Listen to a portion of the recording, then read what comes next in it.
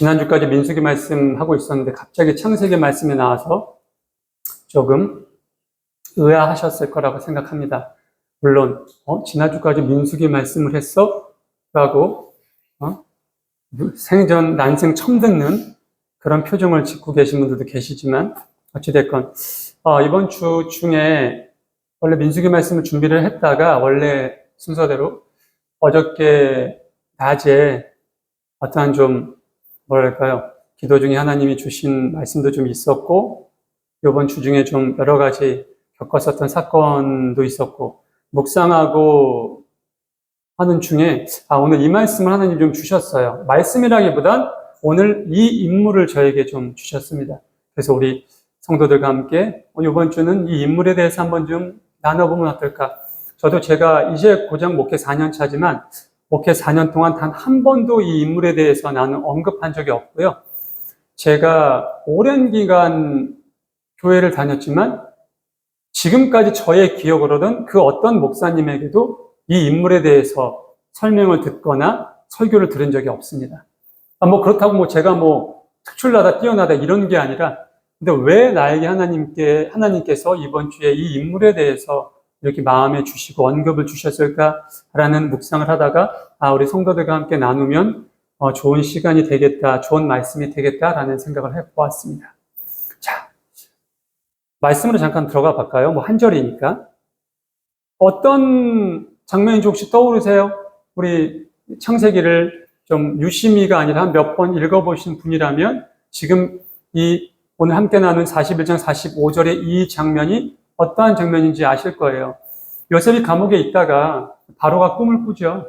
꿈을 꾸는데 그 바로의 꿈이 너무나 생생하고 도대체 이 꿈이 예사 꿈이 아닌 것 같아서 이집트 전 지역에 있는 꿈을 해석하는 예언자들을 다 불러 모으고 소위 말 지금으로 치면 무당들, 점쟁이들을 다 불러 모은 거예요. 그리고 여기 말한 것처럼 온의 제사장, 온이라는 지역에서 이집트의 그 태양신을 라를 섬기는 대제사장이 사실은 제사장들이 많은데 그 중에서 으뜸 가는 제사장인 이 보디베라 역시 그 꿈을 아마 해석하려고 노력을 많이 했을 겁니다. 근데 전혀 그 꿈이 어떤 내용이며 무엇을 계시하고 예언하는지 감도 잡을 수 없는 상황에 그때 당시에 바로의 궁중 신하 2명이 요셉과 함께 감옥에 있었죠. 빵 굽는 사람과 술을 만드는 사람. 그 중에 한 명이 그것이 생각나서 요셉을 불러오죠. 그래서 요셉이 바로에게 그 꿈을 해석해 줍니다. 그 꿈을 완벽하게 해석하고 그 해석한 것을 들은 바로가 너무나 충격을 받고 또는 감탄을 하고 정말 이 사람이야말로 하나님이 함께 하시는 사람이구나. 하나님이 지혜와 모든 것을 허락한 인물이구나라는 것을 인정하며 어떻게 해요? 바로 그 즉시 온 이집트의 최고의 높은 자리에 앉힙니다. 바로가 이렇게 얘기를 해요. 너보다 높은 사람은, 높은 직위는 이 이집트 땅에 없다예요, 여러분.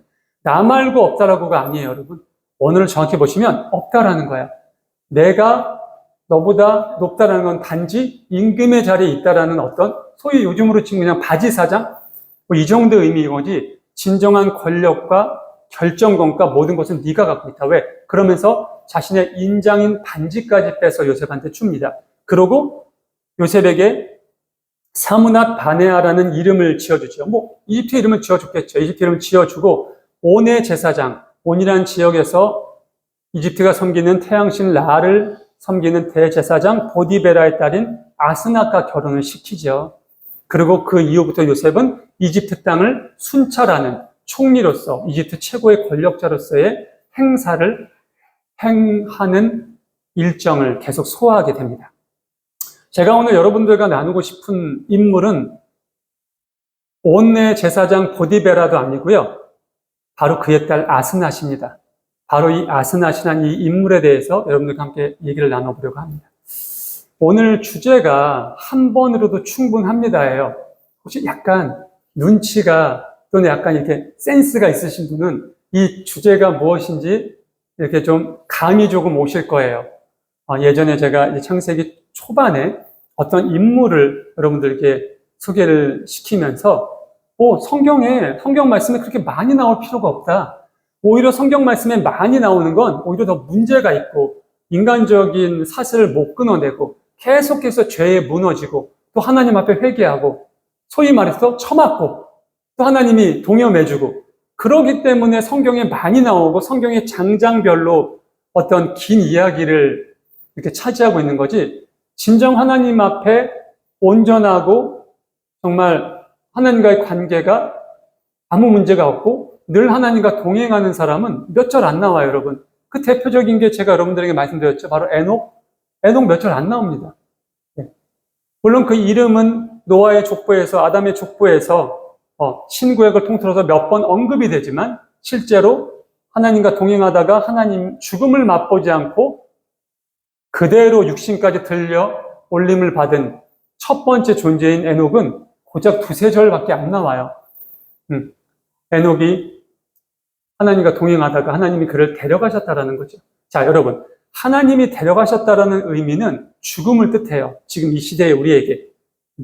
어떤 부자가 재물을 많이 모았어요. 근데 창고가 크게 하나 있었는데 그 창고에 재물을 차곡차곡 쌓다 보니까 좀 모자라. 그래서 옆에다가 창고를 하나 더 줬어요. 그러면서 창고가 다 지어지는 걸 보고 뿌듯한 마음을 먹은 거야. 아, 저곳에 또 재물을 쌓고 나의 재산을 쌓고 쌓아질 모습을 생각하니 기쁘구나. 근데 그때 하나님께서 이런 말씀을 하십니다. 이 어리석은 사람아, 내가 오늘 밤 너의 목숨을 도로 찾아갈 건데 저것이 다 너에게 무슨 소용이 있느냐. 그러면서 전도자의 저자는 이렇게 얘기합니다. 들을 게 있는 사람은 들어야 된다라고 얘기를 합니다. 세상 사람들은 그래요. 계속해서 자신의 명예와 권력과 돈과 자신의 육체적 쾌락을 쫓아 나아가죠. 세상 사람들은 그럴 수밖에 없어요. 왜? 그게 신이고, 그게 자신들의 목적이고, 그게 자신들의 인생, 인생의 비전일 수밖에 없으니까. 근데 하나님을 믿고, 하나님의 법을 알고, 하나님이 어떤 분이신지를 알고, 내가 어떤 존재인 것을 아는 사람들은 그렇게 살면 안 돼요, 여러분. 그렇게 살 수 없어요. 내가 하나님을 믿으면서 그렇게 살고 있다? 그것은 하나님을 믿는 게 아니라 돈을 믿고 돈을 쫓고 세상의 것을 쫓고 있는 거예요. 단순히 어떻게 보면 인간적인 관계 또는 종교라는 걸 종교 하나 있으면 좋잖아? 누구 만났을 때, 종교가 어떻게 되세요? 저는 기독교 신자입니다. 저는 카톨릭 신자입니다. 저는 불교 신자입니다. 그럼 뭔가, 이 사람이 그래도 종교를 갖고 있으니까 일반적인 종교가 없는 사람보다 좀 덕이라든가 마음이라는 것이 좀 좋겠지, 그렇게 보이겠지 하면서 종교를 선택하는 사람들이 있지만 하나님을 온전히 믿는 우리는 그러면 안 되고 동시에 그럴 수 없다라는 겁니다. 제가 오늘 말씀을 하면서 왜 이 말씀을 드리냐면 한 번으로 족하다고 말씀드렸죠. 물론 두 번, 세 번, 네 번 나와도 돼요, 여러분. 창세기에서 가장 긴 어떤 이야기를 꾸리고 있는 아브라함이나 야곱 같은 경우, 우리 믿음의 조상이 아브라함이거든요. 그래, 아브라함 내용이 굉장히 길어요. 야곱은 12지파의 조상이란 말이에요. 그 12지파의 아버지예요. 근데 야곱도 굉장히 깁니다. 근데 그 중간에 야곱의 아버지이자 아브라함의 아들인 이삭은 얼마 안 길어요. 왜 안 길까? 이삭이 위대하지 않아서? 이삭의 믿음이 별로 없어서? 아니, 그 아버지보다 아들인 야곱과는 비교도 할 수 없을 만큼 하나님과의 관계가 온전했다라고 보시면 돼요. 에녹은 말할 것도 없죠. 죽음을 맛보지 않고 하나님이 데려가셨습니까? 인간이 가장 두려워하는 것은 그 무엇보다도 죽음이에요. 왜? 죽음은 경험할 수 있는 게 아니거든요. 단 한 번도 경험할 수 없는 것이기 때문에 죽음에 대한 공포는 말로 또는 어떠한 서사적인 부분으로 글로 표현해낼 수가 없어요. 또 그걸 경험으로 들을 수도 없어요. 내가 한번 죽어봤더니 죽음이 이렇더라. 들을 수가 없어요. 그래서 죽음이라는 것의 공포는 그 무엇보다도 가장 무섭고 가장 신비롭고 가장 또 기왕이면 좀 나중에 좀 오래 살고 싶고, 어떻게 보면 오래 살고 싶은 갈망도 그곳에서 오는 것이 아닌가 생각합니다. 근데 성경에서 제가 오늘 주제에서 언급드린 것처럼 한 번으로 좋겠었던 인물들, 한 번으로 충분했었던 인물들이 몇몇 나옵니다. 오늘 그 중에 한 명이에요. 근데 오늘 이 한 명이 공교롭게도 여러분 여자입니다. 여성이에요. 근데 여성인 걸 떠나서 또 어떤 인물의 특징이 있는지 아세요, 여러분? 이방인입니다. 하나님의 선택된 백성이 아니에요. 하나님을 알고 하나님을 믿었던 백성이 아닙니다. 그리고 그냥 이방인도 아닙니다. 아버지가 누구예요? 이집트 최고의 태양신 라를 섬기는, 그러니까 우상 숭배 중에서도 가장 정점에 서 있는 대제사장의 딸이에요. 그럼 그 딸도 뭐 특별하게 얘기할 게 없겠죠. 무슨 말씀인지 이해되시죠? 근데 오늘의 주제, 왜 한 번이면 충분할까요? 사실 아스낫의 이름은 창세기에 딱 3번 나옵니다. 그 3번으로 끝이에요. 오늘 우리가 함께 나눈 창세기 41장 45절에 나오고요. 오늘 같은 장 50절에 한번 언급되고요. 또 뒤로 가면은 아버지의 형제들을 만났을 때 아버지 형제들이 오잖아요. 이틀. 그때 요셉이 자신의 자녀들, 자식들과 아내를 소개할 때 다시 한번 등장합니다. 딱 3번밖에 등장하지 않아요. 그리고 성경 어디에서도 요셉의 아내 아스낫에 대한 이름도 그녀의 어떠한 히스토리도 찾아볼 수 없습니다. 근데 방금 제가 언급했듯이 이방인이었고 하나님을 몰랐고 선민도 아니었고 심지어 온의 제사장 보디베라의 딸인 그녀가 어떻게 요셉의 아내가 될 수 있었고 또 어떻게 그녀가 므낫세와 에브라임 이 두 지파, 야곱의 12아들 지파에 들어가는 그 두 지파의 어머니가 될 수 있었을까요? 오늘은 그 이야기를 여러분들과 한번 나눠보고 싶은 거예요. 하나님은 절대로 아무나 사용하지 않으세요. 아무나 선택하지 않으십니다. 소위 말해서 그저 팽팽히 놀고 기도도 안 하고 성경 말씀도 모르고 저 세상이 모든 것인망 쫓아가는 사람을 사용하지 않는다는 얘기가 아니에요, 여러분. 아무것도 모르고 하나님을 막 욕하고 하나님을 비방하고 하나님을 믿는 사람들을 죽이고 감옥에 가두던 바울도 하나님이 사용하셨어요. 모세는 또 어때요? 모세가 하나님을 알았나요? 전혀 몰랐단 말이에요. 그러다가 모세 80세 때 하나님이 떨기나무 거리에서 불로 나타나셔가지고 그건 뭐 모세뿐만 아니라 누가 그 상황을 보더라도 신기할 상황이죠. 왜? 그렇게 나타나야 믿으니까 그때의 모세의 믿음 상태가요. 웬만한 기적 가지고는 흔들리거나 바뀔 수 있는 상황이 아니었기 때문에 그런 엄청난 기적이 필요했던 거예요. 분명 불에 타고 있는데 떨기나무가 타질 않아. 그러면서 음성이 들리죠. 모세야, 모세야. 예, 주님 제가 여기 있습니다. 신을 벗어라.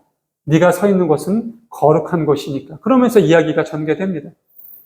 그런 엄청난 이적을 봤는데도 모세는 계속 거절을 해요. 안 가겠다고. 무엇 때문에 안 가겠다고? 예? 두려워서, 무서워서.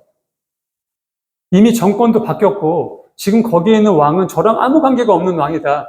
내 새엄마도 이미 죽었고 나를 알고 있는 모든 어떤 고관들이 다 이미 다 몰살 당했다. 제가 지금 들어가서 뭘 하겠느냐. 딴 사람을 보내라. 뭐가 두려워서? 그럼 결과론적으로는 죽음이 두려워서. 죽는 게 무서워서. 계속 하나님과 실갱이를 벌이죠. 아브라함도 마찬가지였죠. 처음에 아브라함이 네가 살고 있었던 그 땅을 떠나서 내가 지시한 땅으로 가라. 아브라함이 순종한 것처럼 보여요. 하지만 아브라함의 일생을 딱 보다 보면 여러분, 물론 순종이 있었고 믿음의 결과가 있었지만 아브라함과 하나님 사이에 보이지 않는 갈등들이 되게 많았어요. 가장 큰 아브라함의 불순종은 뭔가요? 아내의 말을 믿고 하갈을 첩으로 삼아서 아이를 임신한 거예요. 그래서 이스마엘이라는 지금까지도 유대민족과 그러니까 이스라엘 한 국가와 주변의 모든 국가, 이슬람과 유대교의 싸움, 그 전쟁, 하마스 전쟁도 마찬가지고 지금 중동에서 벌어지는 모든 테러들이 바로 그 주제 때문에 벌어지고 있는 거예요. 아브라함이 하나님의 말씀을 믿고 끝까지 인내하고 중간에 인간적인 어떤 편법이나 인간적인 쾌락이나 인간적인 어떤 속삭임에 넘어가지 않았다면 지금 이러한 비극은 나타나지 않아요. 근데 문제는 뭐냐면 그러면서 그들의 잘못은 그런 하나님을 욕한다라는 거예요. 왜 하나님 저한테 진작 좋은 아들을 안 주셔가지고 저한테 좋은 짝을 진작 안 보내주셔가지고 왜 제가 스스로 하나님을 믿지 않는 이방 여인, 이집트의 여인에게 내 아들을 낳게 만드십니까? 왜 내가 하나님을 믿지 않는 남정네를, 여성을 선택하게 만드세요? 이거 다 하나님 잘못이에요. 여러분, 누구 잘못이에요? 여러분도 어떻게 생각하세요? 하나님 잘못입니까? 아니, 여쭤보는 거야, 정말로. 물론 마음속에, 아니, 하나님 잘못 생각해요? 라고 생각하시는 분이 계실 수 있어요.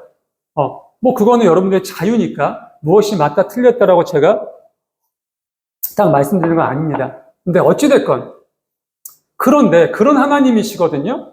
하나님은 질서의 하나님이시고 명확한 하나님의 기준이 있으신 분이신데 왜 하필 요셉을, 하나님의 백성을 구원할 요셉을, 하나님이 그렇게 죽을 고비를 넘겨가면서도 하나님 앞에 신실했던 그 요셉을, 보디발 아내가 유혹했을 때 그 유혹에 넘어갔으면 육체적인 쾌락도, 부와 명예도, 모든 것을 더 얻을 수도 있었던 그 상황 속에서도 나는 하나님 앞에 죄를 질 수 없어. 하나님이 어디 보고 계시나요? 교회 오면 하나님이 계신가? 딱 앉아 계셔. 왔냐? 그거 아니잖아. 하나님 안 보이잖아요. 들리지도 않잖아요. 근데 그 하나님 앞에 죄를 질 수 없기 때문에 인간적인 기준이 먼저가 아니었던 인물이 바로 요셉이었거든요. 감옥에서도 그랬고, 바로에게 와서도 그랬고, 평생 죽는 그 순간까지. 근데 왜 그런 요셉에게 하나님이 충분히 하실 수 있으셨을 텐데 라라는 이집트 최고의 우상을 섬기는 제사장의 딸인 이 여인 아스낫과 결혼을 시키셨을까요? 우리는 그 이야기를 마음속에 알고 넘어가야 돼요. 성경은 아스낫에 대한 이야기를 자세하게 하지 않아요. 중요하지 않아서가 아니에요, 여러분. 여러분, 성경에 에녹의 이야기를 자세하게 하던가요? 안 한다니까요? 에녹이 300 몇 살 때 무드셀라 낳고 하나님과 뭐 몇 년 동안 동행하다가 하나님이 그를 데려가셨다. 끝이에요. 끝이에요, 여러분. 아스낫은 이름밖에 안 나와. 이 여자가 뭐 그 야곱의 아내처럼 라헬이나 레아처럼 뭐 눈매가 어땠다, 고왔다, 이뻤다 이런 말 하나도 없어요. 그냥 온의 제사장 보디바라의 딸이라는 것만 3번 강조돼서 설명이 돼요. 근데 사랑하는 성도 여러분, 혹시 성경이 있으시면 한번 50절을 찾아보실래요? 41장 50절 방금 나눈 50절 한번 읽어주세요.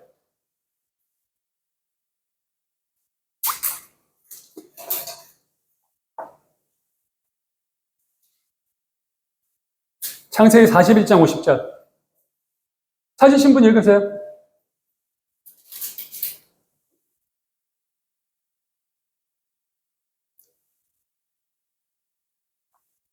못 찾으셨어요? 기탄 없이 읽으세요. 아무나 괜찮으니까. 50절.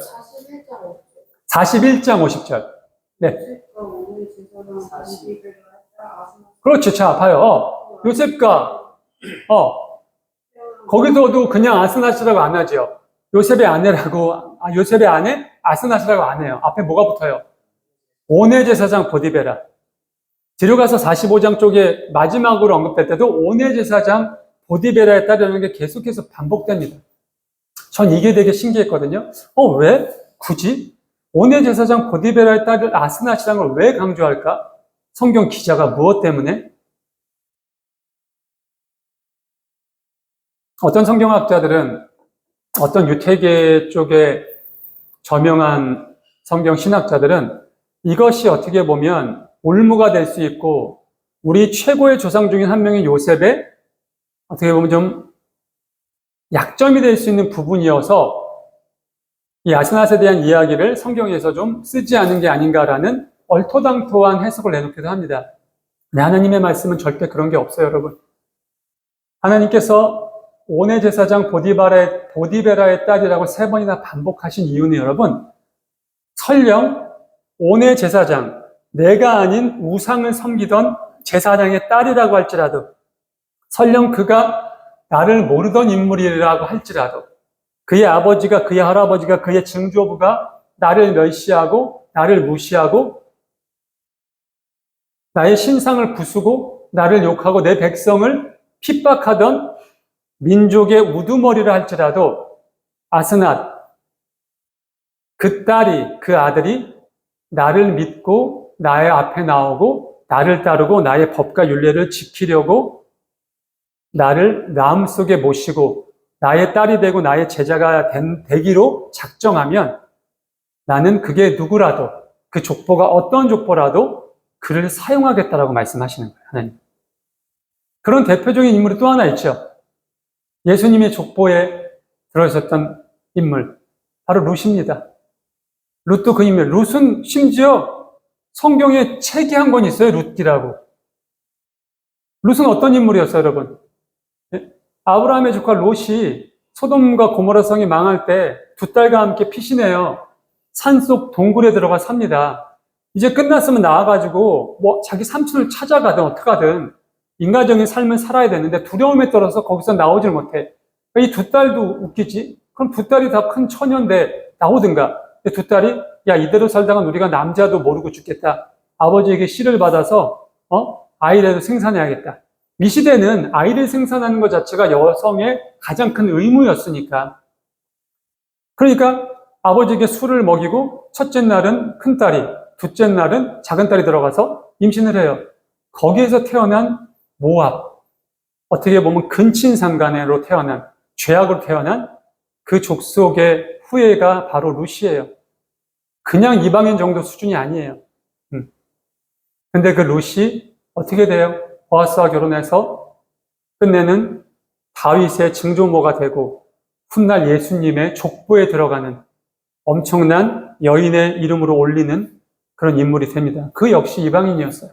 근데 아스낫은 이방인이었습니다. 하나님의 선택을 받지 못한 인물, 그의 아버지는 라라는 태양신을 섬기는 우상 숭배자 중에 최고 중에 최고. 본인도 어렸을 때부터 그 라를 섬기고 라 앞에 무릎 꿇고 그것이 전부이고 그것에 모든 것을 바쳤던 인물이었어요. 근데 그가 요셉의 아내가 됐다. 그럼 요셉이 바로가 결혼을 했으니까 결혼했을까요? 요셉은 그런 인물이 아니에요, 여러분. 바로가 아니라 바로 할아버지가 와서 결혼하라고 해도 결혼할 인물이 아니에요, 요셉은. 왕이여, 나는 하나님을 믿고 하나님을 섬기는 유대인이다. 난 히브리인이다. 나는 할례 받지 못한, 그러나 나는 하나님을 저주하는 저 가문, 하나님이 아닌 우상을 섬기는 저 가문의 딸과는 인연을 맺을 수가 없다. 요셉은 명확하게 그러한 말을 목숨 아깝지 않고 아끼지 않고 할 수 있는 인물이었어요. 그 이전에 요셉의 행동이나 히스토리를 보면 우리는 알 수 있어요. 근데 요셉이 왜 결혼을 했을까요? 그렇다면 그 중간중간에 성경이 얘기하지 않은 어떠한 이야기들이 있다라는 겁니다. 그리고 하나님은 그 아스낫의 태를 통해 므낫세와 에브라임, 지금 이스라엘의 12지파의 2지파의 조상을 태어나게 하세요. 그럼 그들을 누가 교육해요, 여러분? 엄마가 교육합니다. 여러분, 유대교, 특히나 이스라엘은 모계의 문화가 굉장히 철저한 국가예요. 지금도 마찬가지고 이 시대는 더더욱 그랬어요. 여성이 인구 조사에 들어오지 않을 뿐 모든 어떤 신앙적인 교육, 어떤 예의적인 교육, 모든 것들 다 어머니가 맡아 주관하는 사회. 그것이 바로 유대 민족의 가정의 모습이에요. 그럼 하나님이 실수하신 건가요? 감히 라를 섬기는 우상의 딸을 내가 요셉에게 주어서 12지파의 2지파를 담당한 므낫세 에브라임을 태어나게 그러신 하나님이 아니죠. 절대 실수하시는 분이 아니라는 겁니다. 하나님은 아스낫의 믿음을 보셨고 아스낫의 회개를 보셨고 아스낫의 눈물을 보셨고 아스낫의 미래를 보신 겁니다. 아스낫은 고백하죠. 하나님, 제가 그동안 우상 숭배를 하고 우상을 섬기고 우상 앞에 절했던 모든 것을 회개합니다. 눈물로 하나님 앞에 무릎 꿇습니다. 그러니 저의 모든 죄악을 용서해 주십시오. 그리고 아스낫이 한 이야기가 있어요. 뭐라고 해요? 하나님, 저는 죄인입니다. 사랑하는 성도 여러분, 하나님 앞에 온전하게 칭찬받고 온전하게 인정받기 위해서는 내가 어떤 존재인지를 고백할 수 있어야 돼요. 하나님, 저는 언제 어떻게 태어나고 지금 무슨 일을 하고 저희 직업은 뭡니다. 하나님, 제가 한 달에 어느 정도 헌금을 할게요. 하나님, 제가 교회에 이런 것들 할게요. 하나님, 이걸 보시는 게 아니에요. Who are you? 네가 누구니? 너가 누구인지 나한테 얘기해봐. 너의 이름을 묻는 게 아니에요. 네가 어떻게 살아왔는지를 묻는 게 아니에요. 하나님을 모르시지 않아요. 제가 여러분들에게 그 말씀 드렸잖아요. 하나님의 시간은 영원한 거거든요. 영원하다라는 것은 여러분, 시작도 끝도 없다라는 이야기예요. 우리가 이야기하는 태초부터 말세까지 하나님은 한눈으로 다 보고 계세요. 제가 1976년 11월 21일 날 태어났단 말이에요. 그다음에 주일이었거든요. 새벽 6시. 서교동에 있는 김정택 산부인과. 지금도 있어요. 제가 말씀드렸죠. 제가 한 10여 년 전에 길 가다가 거기 들어가서 커피 한 잔 얻어 먹었다고. 근데 제가 언제 죽을지 몰라요. 누군 몰라. 나나 우리는 모르죠. 저도 몰라요. 언제 어디서 어떤 방법으로 죽을지 제가 몰라요. 근데 하나님은 알고 계세요. 왜? 이미 하나님은 제가 저의 마지막 날을 눈으로 보고 계시거든요. 이게 무슨 개념인지 이해를 잘 못하셔요? 이해하셔야 돼요. 좀 쉽게 설명드리면 여러분들이 보셨던 어떤 영화, 만약에 어저께 여러분들이 어떤 영화를 보셨다고 합시다. 그 영화에서 요쯤에서 나오는 대사, 요쯤에서 나오는 장면, 우리 머릿속에 파노라마로 있잖아요. 한두 시간짜리 영화, 두세 시간짜리, 아니면 뭐 한 10부작, 12부작짜리 미니 시리즈. 아주 또 감명 깊게 봤으면 더더욱 그 대사까지 기억하는, 장면까지 기억하는, 그 대사를 흉내내기까지 하죠. 하나님은 그렇게 저뿐만 아니라 온 인류의 모든 태초부터 말세를 한눈에 보고 계시다는 겁니다. 무슨 말씀이 이해되십니까? 그러면 아스낫은 하나님이 모르셨을까요? 아스낫이 어떠한 결정을 하고 어떠한 길을 선택하고 어떠한 결과에 도출할 것을 하나님은 다 아셨어요. 그럼 하나님은 뭘 보신 걸까요? 겉모습을 보신 걸까요? 아니요, 하나님은 그 사람의 중심을 보신다고 말씀하셨습니다. 사무엘이 이새의 집에 가서 기름 부을 사람을 딱 찾으려고 했는데 아들이 쭉 섰잖아요. 첫 아들 딱 보니까 너무 멋있어. 뭐 요즘으로 치면 누구로 칠 수 있을까요? 키 한 185, 이 정도 되는 장대한 키에, 인물도 정말 박보검이나 이런 정말 잘생긴 그런 인물에, 등치도 웬만한 사람보다 어깨 하나가 더 있나? 정말 떡 벌어진 등치에.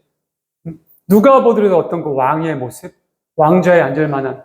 그래서 마음속에 그런 마음을 먹고 있는데 하나님의 음성을 주시죠. 사무엘아, 그 인물이 아니다. 그의 겉모습, 그 번지르르한 것에 속아서 거기에 혹해서 온전한 시야와 온전한 판단을 흐리지 말아라. 나 하나님은 사람의 겉모습으로 평가하는 신이 아니다. 나는 그 사람의 중심을 본다. 하나님은 아스낫의 중심을 보신 거예요. 근데 여러분, 아스낫은 중심만 하나님의 선택을 받을 만한 인물에서 그치지 않아요. 이 이집트 전역 모든 여성을 통틀어서 가장 아름다운 여인이었어요. 기록들이 있어요. 그래서 이 시대, 이때 바로의 큰아들 또한 이 아스낫을 자신의 정실 아내로 맞이하려고 엄청난 노력도 많이 하고, 음모도 꾸미고 그랬어요. 정말 이집트 전역에서 가장 아름다운 여인, 그냥 눈이 부시는 그런 여인. 근데 거기에 마음까지 하나님의 중심?